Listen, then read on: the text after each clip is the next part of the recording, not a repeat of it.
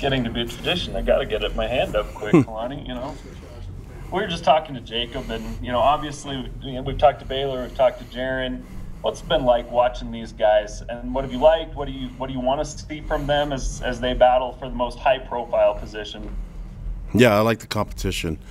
I like that they all they have a high sense of confidence, and that's because they've worked hard, and now we got this great competition going on, and you're seeing the best out of them every day. And so I think their job is to make it really hard on us as far as who to choose, and so far they're doing a good job at it. And so it's just nice to have a bunch of guys that can play in a lot of different positions, and definitely helps out when they're playing quarterback. So we'll keep it rolling, and I'm just proud of those guys and the professionalism that they have around each other and around the team, and just the high competitiveness that they have also. It's being a good example for the rest of the guys that are competing for spots right now too. I also wanted to ask just about Mick Hill. Saw the notification about his retirement, and obviously he's meant a lot to BYU football. Just some thoughts on him or stories about him, what he's meant to this program.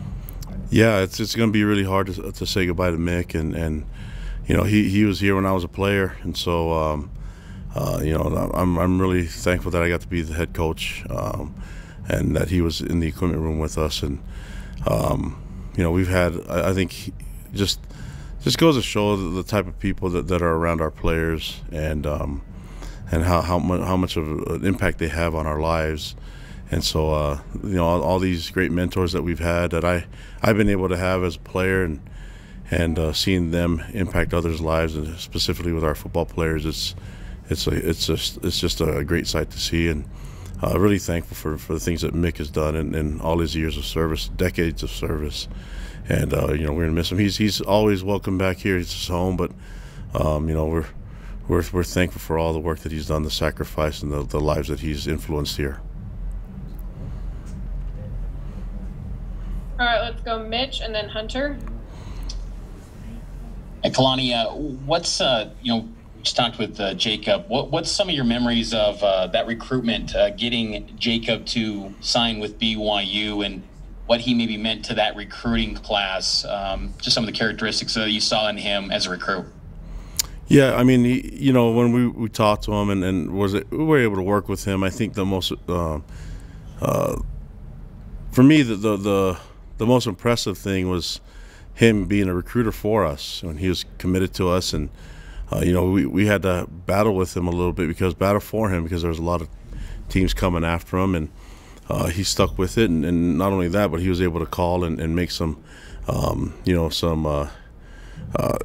recruiting calls, trying to keep. I mean, that's what great quarterbacks do, is they want to make sure that they have good targets to throw to, and they want to make sure that they have linemen to protect them. And so it was a really good moment. But he's a guy that you didn't have to ask him to do stuff. He was always on top of it from the very beginning, and that's just the way he's been as a player. He took advantage of all the reps that he got as a scout team quarterback, and against our defense. And I walked in at tail end when he was saying that he was able to go against them. He gave our defense a lot of issues and a lot of fits with his accuracy and his ability to make plays and make great accurate throws. And so he's just the type of guy that whenever faced with adversity, or even faced with things that aren't ideal, he'll turn it around and make it a positive, and learn and grow from it. And that's exactly what our culture is all about here on this team, and he's a perfect fit for our program. You're a third of the way through practices. I believe today was day 5. How are you guys health-wise? Is there still an optimistic outlook on having a spring game at the conclusion of this? Where are you at in terms of health? Yeah, we're hopeful for that. I mean, I think we've got some little bit guys that are banged up here and there, but that happens with a physical sport. But we've been able to get a lot of 11-on-11 football, and we keep working with that. I think we're going to ramp it up a little bit more too as we go on, especially working towards the tail end of spring ball. Right now we're still in the install phase, trying to get as much as we can in there before we scrimmage and before we go a lot of the live work. So I feel really good with the team. I feel really good about the coaching and the things that I've seen from the leadership and the progress that I'm seeing from a lot of our younger guys that are developed, and the competition has been really good. So I'm really excited about what I'm seeing from the team right now, and we'll just keep building on this. Last year we were cut around this time, where we're done. I think we're done after practice 5, and so now we'll try to make the next 10 count and try to make sure that we can help this, get us into good momentum going into the off season and going into fall camp. Coach, are you maybe looking to add any more players to the roster through the transfer portal or anything like that? Yeah, recruiting is always, even with it being a dead period, for it seems like it keeps getting extended. We're going to do as much as we can in recruiting. So recruiting always happens. It's a year-round thing. So anytime and I'm always looking to improve our team and get it better. And there's a lot of guys that I think fit our program, and we'll just keep working with that. So as long as the portal happens, we've got to make sure that we check into it and make sure that they're good fit for what we're doing here at BYU and want to commit to what we're about. What's maybe something that you saw from week 1 of spring practices that you either want to improve on or build on here in week 2? Well, there's just so much room for improvement. I think develop depth is the key. We want to make sure that we have more than just 11 starters on offense and 11 stars on defense, and then we're getting a good amount of special teams work in as well. So we've got to focus. Everyone talks about offense, defense, but I think the third phase special teams is just as important, and they can win you games. So we're going to focus on those things and keep working on the fundamentals. I see a lot of great development from our players, and you can see guys have made some sacrifices, getting their bodies right and making sure that they got bigger and stronger, and we're trying to put it to work on the field. Right now, from what I'm seeing, I think I like the way it's working. I think we have a good chance.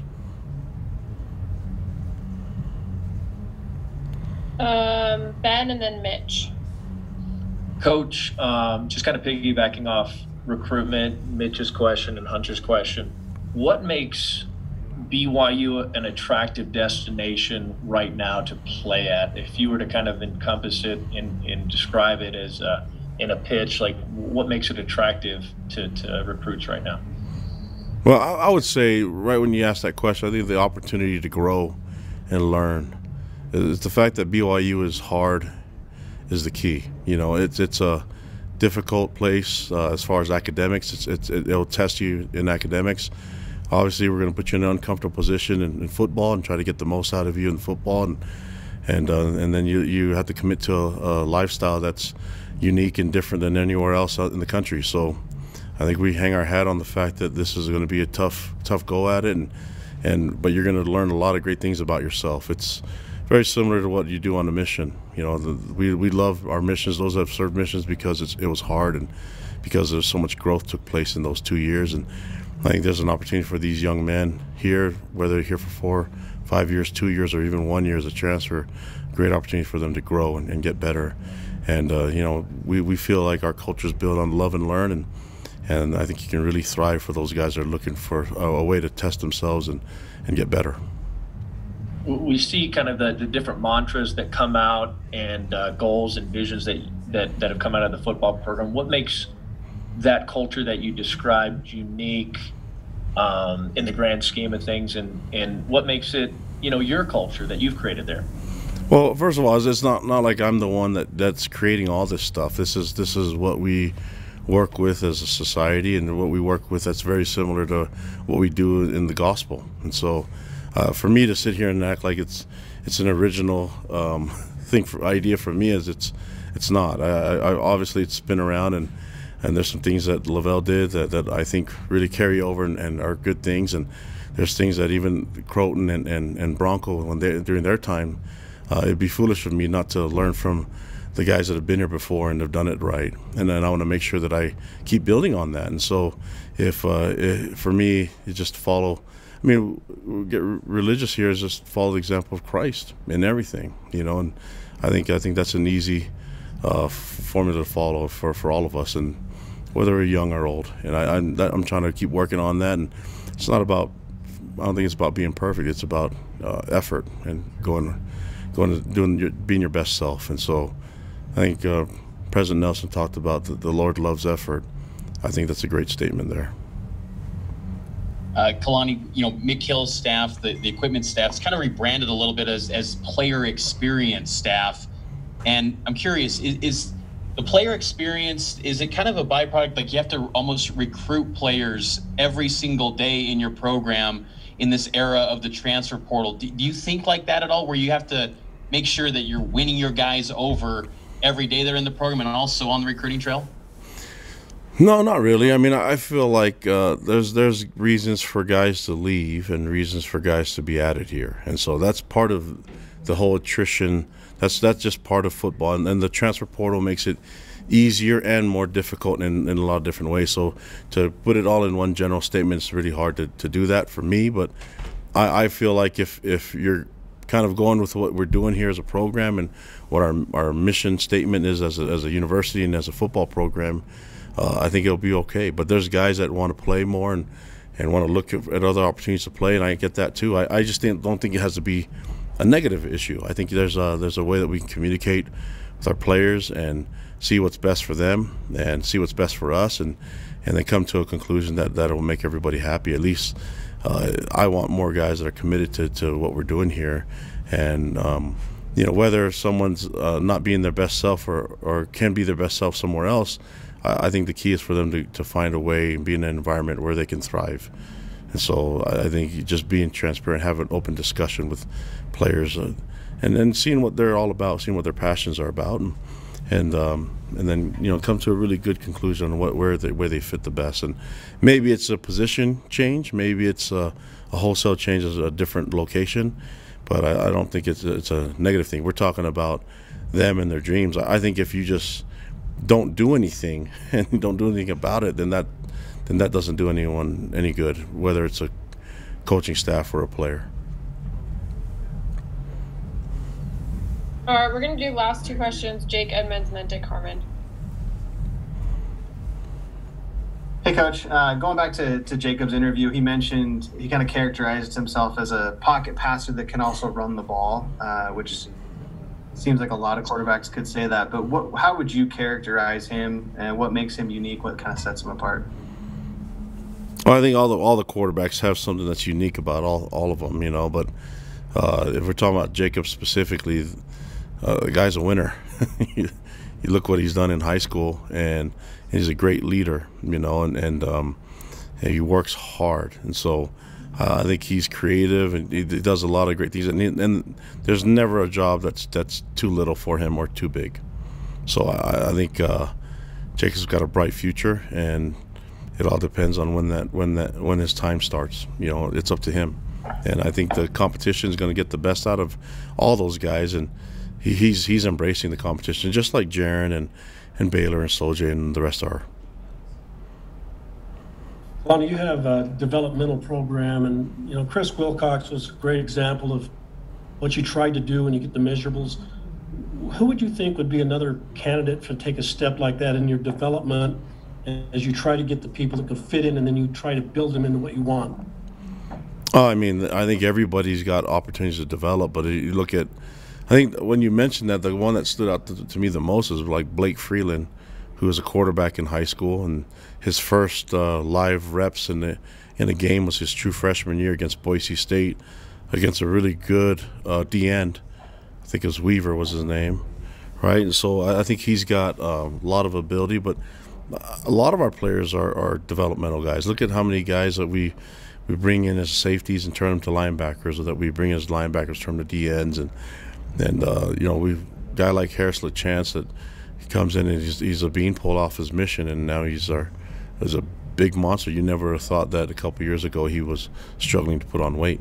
And so I think everybody wants to play right away. That's everyone's goal. But there also has to be a goal of where we feel like and we can maximize their potential on the field, and maybe that's a position change, or maybe it's just guys that you feel like have the great foundation to develop on. And Chris specifically had tons of speed. We just need him more experience, and he took his lumps along the way, true freshman year, and and I think he's developing to a fine player. But I think a lot of players, if you're looking on our depth chart, can fit that developmental part, and everyone can develop. So Dick was asking about, are you going to be having any activities that showcase that you also like to have fun, Kalani? So like you're grateful, you disseminate this attitude of gratitude, and you showcase it by maybe having fun and kind of having a good time. I think that's what was that right, Dick? Okay. Yeah, that's it. Yeah, I mean, I think maybe it annoys people that when I try to have as much fun as I can with the players, but that's just me trying to be myself, And I remember someone said, "Well, Lavelle never did that." And yeah, that's true, but I got to be myself. Lavelle asked me to be myself, and I think I'm not going to be shy when it comes to the players want to see me dance. I'm going to do it. Just have fun with it, and I never said it would be good. I just said I would do it, right? So I'm willing to do a lot of things, and especially if my players want it and if they request it, then I'm gonna do whatever I can to make people happy and let them know that I'm not against making myself look like a fool sometimes if it's gonna make some people smile. All right, thanks, Kalani. All right, guys, thank you so much. Stay safe.